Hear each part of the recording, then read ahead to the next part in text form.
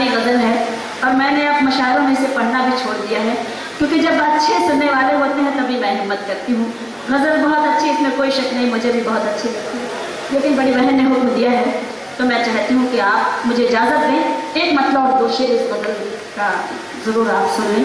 मेरी पसंदीदा गज़ल है, मैं उनके हुक्म तामील करती हूँ, बनाता करें। दामन जो आंसुओं से मेरा नम नहीं हुआ,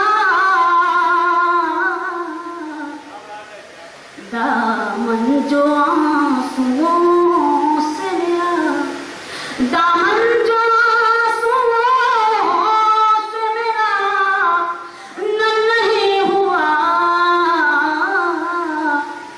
दुनिया समझ रही है मुझे गम नहीं हुआ, दुनिया समझ रही है मुझे गम नहीं हुआ, दामन जो आंसुओं से मेरा। शेर पढ़ते हैं। गम भी किसी का जैसे खजाना था इनका,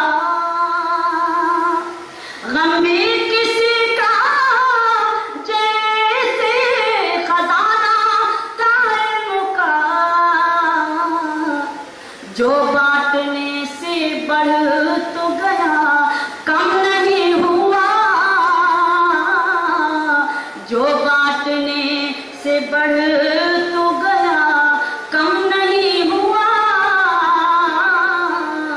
दामन जो आंसू। बहुत अच्छे किया तुमने शबीना साहिबा।